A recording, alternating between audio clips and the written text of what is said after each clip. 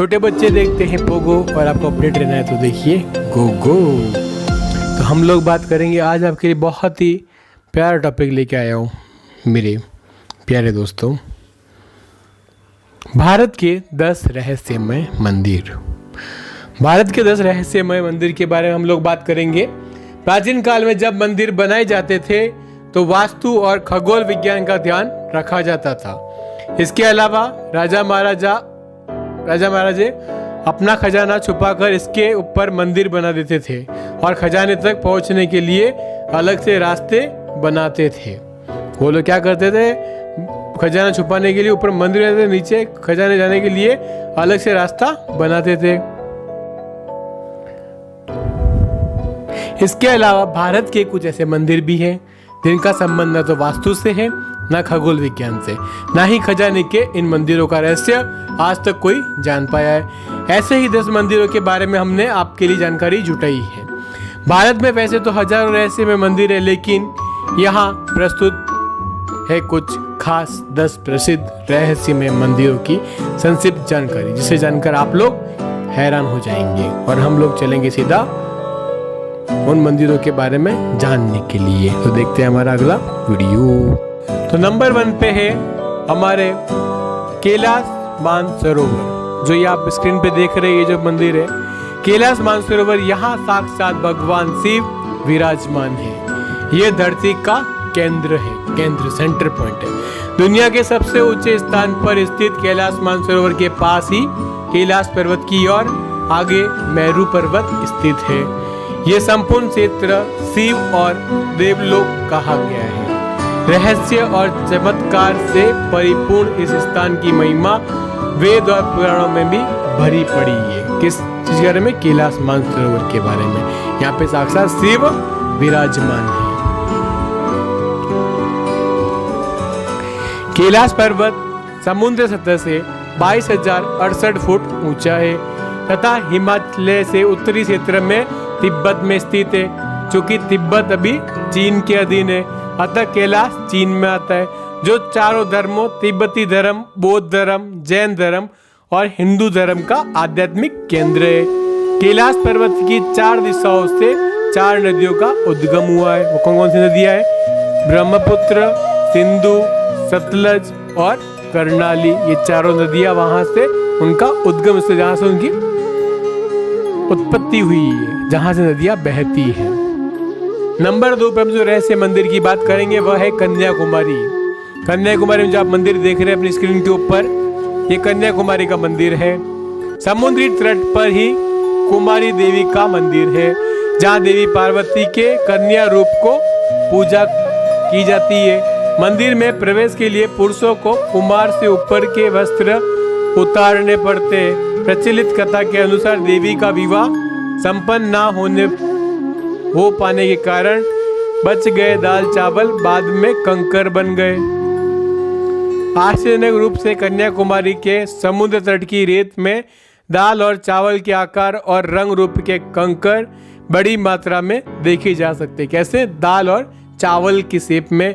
वहाँ की जो पत्थर है, जो कंकड़ है, वो दाल और चावल के शेप के अंदर, उस आकार के अंदर है और आपको वहाँ पे देखने को मिलते हैं। सूर्योदय और सूर्यास्त। कन्याकुमारी बहुत सारे लोग आते हैं। वो क्यों वहाँ पे आते हैं? आपने सूर्योदय के दर्शन के लिए काफी प्रसिद्ध है। कौन सी जगह? कन्याकुमारी। सुबह हर होटल के छत पर पर्यटकों की भारी भीड़ सूरज की अगवानी के लिए जमा हो जाती है। शाम को जब सूरज अरब सागर में डूबते हुए सूरज को देखना भी यादगार होता है, क्योंकि उत्तर की ओर करीब 2-3 मीटर दूर तक एक सनसेट पॉइंट भी है। वहाँ पे जब आप अरब सागर के सामने जब सूरज अस्त होता है तो बहुत सारे लोगों की भीड़ वहाँ पे इकट्ठी हो जाती है, क्योंकि वह एक देखने लगे एक रमणीय जगह है, सुहानी जगह, जहाँ देखने को आपको बहुत ही अच्छा लगता है। तो हम लोग बात करेंगे तीसरे मंदिर के बारे में, करणी माता का मंदिर। आप लोगों को स्क्रीन पे दिख रहा है, ये मंदिर बहुत ही महत्वपूर्ण, बहुत ही रहस्यमय मंदिर है। करणी माता का मंदिर। करणी माता का ये एक मंदिर जो बीकानेर के राजस्थान में स्थित है, बहुत ही अनोखा मंदिर है। इस मंदिर में रहते लगभग 20,000 काले चूहे। लाखों की संख्या में पर्यटक और श्रद्धालु यहाँ अपनी मनोकामना पूरी करने आते हैं। करणी देवी करणी देवी जिन्हें दुर्गा का अवतार माना जाता है। मंदिरों को चूहा वाला मंदिर भी कहा जाता है, जहाँ पे बहुत सारे चूहे होते हैं। अब हम लोग बात करेंगे, यहाँ पर चूहों को काबा कहते हैं। इन्हें बकायदा भोजन कराया जाता है और उनकी सुरक्षा भी की जाती है।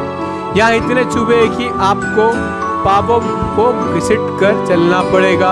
अगर एक चूहा भी आपके पैरों के नीचे आ गया और अपशकुन माना जाता है। कहा जाता है कि एक चूहा भी आपके पैर के ऊपर से होकर गुजर गया तो आप पर देवी की कृपा हो गई समझी। यदि आपने सफेद चूहे को देख लिया तो आपकी मनोकामना पूर्ण हो गई समझो। अगर आपको सफेद चूहा वहां पे दिख जाता है तो उस मंदिर के अंदर वो सफेद चूहा सिर्फ एक ही है। अब हम लोग बात करेंगे शनि सिंगणापुर। ये जो मंदिर आप देख रहे हैं, शनि भगवान की जो प्रतिमा है, शनि सिंगणापुर एक प्रमुख मंदिर है, रहस्यमय मंदिर। देश में सूर्य पुत्र शनिदेव के कई मंदिर हैं। उन्हीं में से एक प्रमुख मंदिर महाराष्ट्र के अहमदनगर के जिले सिंगणापुर का शनि मंदिर भी है। विश्व प्रसिद्ध इस शनि मंदिर की विशेषता यह है कि यहाँ स्थित शनिदेव की पाषाण प्रतिमा बगैर किसी छत्र या गुंबद खुले आसमान के नीचे एक संगमरमर के चबूतरे पर विराजमान है। मैंने जो संगमरमर का चबूतरा बना हुआ है, बीच में शनि भगवान की प्रतिमा वहां पे विराजित है। उनके ऊपर कोई छत्र नहीं है, कोई गुंबद नहीं है, कुछ नहीं बना हुआ, खुले आसमान है। यहाँ सिंगणापुर शहर में भगवान शनि महाराज का खौफ इतना है कि शहर के अधिकांश घरों में खिड़की, दरवाजे और तिजोरी नहीं है। दरवाजों की जगह यही यदि लगे हैं तो केवल पर्दे। ऐसा इसलिए क्योंकि यहाँ चोरी नहीं होती है। कहा जाता है जो भी चोरी करता है उसे शनि महाराज सजा स्वयं दे देते हैं। इसके लिए कई प्रत्यक्ष उदाहरण देखे गए। शनि के प्रकोप से मुक्ति के लिए यहाँ पर विश्व भर से प्रति शनिवार लाखों लोग दर्शन के लिए आते हैं और वो अपनी मनोकामना उनकी पूरी होती है। अब हम लोग जो बात करने वाले हैं सोमनाथ मंदिर, जो गुजरात में आया हुआ है। ये जो मंदिर आप देख रहे हैं स्क्रीन के अंदर, सोमनाथ मंदिर एक महत्वपूर्ण हिंदू मंदिर है जिसकी गिनती 12 ज्योतिर्लिंग के सर्वप्रथम ज्योतिर्लिंग रूप में होती। जो 12 ज्योतिर्लिंग उसमें से सबसे नंबर फर्स्ट पे जो ज्योतिर्लिंग है वह है सोमनाथ का ज्योतिर्लिंग। प्राचीन काल में इस शिवलिंग हवा में झूलता था, लेकिन आक्रमणकारियों ने इसे तोड़ दिया। माना जाता है कि 24 शिवलिंगों की स्थापना की गई है। उसमें सोमनाथ का शिवलिंग बीचों बीच था। इन शिवलिंगों में मक्का स्थित काबा का शिवलिंग भी शामिल है। इनमें से कुछ शिवलिंग आकाश में स्थित कर्क रेखा के नीचे आते हैं। जो कुछ शिवलिंग है वह कर्क रेखा के नीचे आते हैं। आकाश में स्थित जो कर्क रेखा है उसके नीचे आते हैं। गुजरात के सौराष्ट्र क्षेत्र के वेरावल बंदरगाह में स्थित इस मंदिर के बारे में कहा जाता है कि इसका निर्माण स्वयं चंद्रदेव ने किया था। इसका उल्लेख ऋग्वेद में भी मिलता है। इस स्थान को सबसे रहस्यमय माना जाता है। यदुवंशियों के लिए ये प्रमुख स्थान था। इस मंदिर को अब तक 17 बार नष्ट किया गया और हर बार इसका पुनर्निर्माण किया गया। 17 बार इस मंदिर को नष्ट किया गया था और इस पर बार बार पुनर्निर्माण हुआ। इस मंदिर का वापस से निर्माण कराया गया। यहीं भगवान श्री कृष्ण ने देह त्याग किया था। श्री कृष्ण बालू का तीर्थ पर विश्राम कर रहे थे, तभी शिकारी ने उनके पैर के तलुए में पद चिन्ह को हिरण की आंख जानकर धोखे में तीर मारा था। तभी कृष्ण ने देह त्याग कर यहीं से वैकुंठ गमन किया था। इस स्थान पर बड़ा ही सुंदर कृष्ण भगवान का मंदिर बना हुआ है। हम लोगों को श्री कृष्ण का मंदिर के दर्शन भी यहाँ पे हो जाते हैं। अब हम लोग जो बात करने जा रहे हैं वह है कामाख्या माता देवी का मंदिर, कामाख्या देवी का मंदिर, जो बहुत ही प्रसिद्ध मंदिर है। इसके बारे में हम लोग बात करेंगे। कामाख्या मंदिर को तांत्रिकों का गढ़ कहा गया है। माता के 51 शक्तिपीठों में से एक पीठ को सबसे महत्वपूर्ण माना जाता है। यह असम के गुवाहाटी में स्थित है। यहाँ त्रिपुर सुंदरी, मतंगी और कमला की प्रतिमा मुख्य रूप से स्थापित है। दूसरी ओर 7 अन्य रूपों की प्रतिमा अलग अलग मंदिरों में स्थापित की गई है, जो मुख्य मंदिर को घेरे हुए है। पौराणिक मान्यता है कि साल में एक बार अंबुवाची पर्व के दौरान मां भगवती रजस्वला होती है और मां भगवती की गर्भगृह स्थित महामुद्रा योनि तीर्थ में से निरंतर 3 दिनों तक जल प्रवाह के स्थान से रक्त प्रभावित होता है। इस मंदिर के चमत्कार और रहस्यों के बारे में किताबें भरी पड़ी है। हजारों ऐसे किस्म हैं जिससे इस मंदिर के चमत्कारी और रहस्यमय होने से पता चलता है। आप लोगों को इस मंदिर में एक बार दर्शन के लिए जरूर जाना चाहिए और यहाँ पे गर्भवती औरतें जरूर दर्शन करने के लिए यहाँ मंदिर के अंदर आती है और अपनी मनोकामना उनकी जरूर पूर्ण होती है। अब हम लोग जो बात करने वाले हैं अजंता एलोरा गुफा की, जो महाराष्ट्र के अंदर आई हुई है। अजंता एलोरा गुफा महाराष्ट्र के औरंगाबाद शहर में स्थित है। ये गुफाएं बड़ी बड़ी चट्टानों को काटकर बनाई गई है। यहाँ पे कुल कितनी गुफा है? 29 गुफा अजंता में तथा 34 गुफाएं एलोरा में है। इन गुफाओं को वर्ल्ड हेरिटेज के रूप में संरक्षित किया गया है। इन्हें राष्ट्रकूट वंश के शासकों द्वारा बनाई गई थी। एक ही पत्थर से काटकर, बड़ी बड़ी चट्टानों को काटकर इन गुफाओं को बनाया गया था। इन गुफाओं के रहस्य पर आज भी शोध किया जा रहा है। यहाँ ऋषि मुनि और ऋषिगण तपस्या की ओर ध्यान करते थे। सरहदी की पहाड़ियों पर स्थित इस गुफाओं में लगभग 5 प्रार्थना भवन है और 25 बौद्ध मठ है और घोड़े की नाल की आकार में निर्मित ये गुफाएं अत्यंत ही प्राचीन और ऐतिहासिक महत्व की है। इनमें 200 ईसा पूर्व और 600 ईसा पूर्व पश्चात तक के बौद्ध धर्म के चित्रण भी किया गया है। इन गुफाओं में हिंदू, जैन और बौद्ध तीनों धर्म के प्रति फोटो दर्शाए गए। आस्था के त्रिवेणी संगम पर प्रभाव देखने को मिलता है। यहाँ की जो पत्थर की जो नक्काशी की गई है, वहाँ पे तीनों धर्म को आप देख सकते हैं। कौन कौन से धर्म? हिंदू, बौद्ध और जैन धर्म। अब हम लोग जो बात करने जा रहे हैं वह है खजुराहो का मंदिर। जो ये मंदिर आप देख रहे हैं, ये खजुराहो का मंदिर है और यहाँ पर इस मंदिर के बारे में हम लोग बात करेंगे। खजुराहो का मंदिर आखिर क्या कारण थे? उस काल के राजा ने सेक्स को समर्पित मंदिरों की एक पूरी श्रृंखला बनाई। ये रहस्य आज भी बरकरार है। खजुराहो वैसे तो भारत के मध्य प्रदेश के प्रांत छतरपुर जिले में स्थित है, एक छोटा सा कस्बा है, लेकिन फिर भी भारत में ताजमहल के बाद सबसे ज्यादा देखे और घूमे जाने वाले पर्यटन स्थलों में से अगर कोई दूसरा नाम आता है तो वह है खजुराहो का मंदिर। खजुराहो भारतीय आर्य स्थापत्य और वास्तुकला की एक नायाब मिसाल है। चंदेल शासकों ने इन मंदिरों का निर्माण सन 900 से 1130 ईसा के बीच करवाया था। इतिहास में इन मंदिरों का सबसे पहला उल्लेख मिलता है वह अबू रियान अल बरूनी 1022 ईसा तथा अरब मुसाफिर इस्त बतूता का है। कला पारखी के चंदेल राजाओं ने करीब 84 बेजोड़ व लाजवाब मंदिरों का निर्माण करवाया था, लेकिन उनमें से अभी तक सिर्फ 22 मंदिर ही खोज हो पाई है।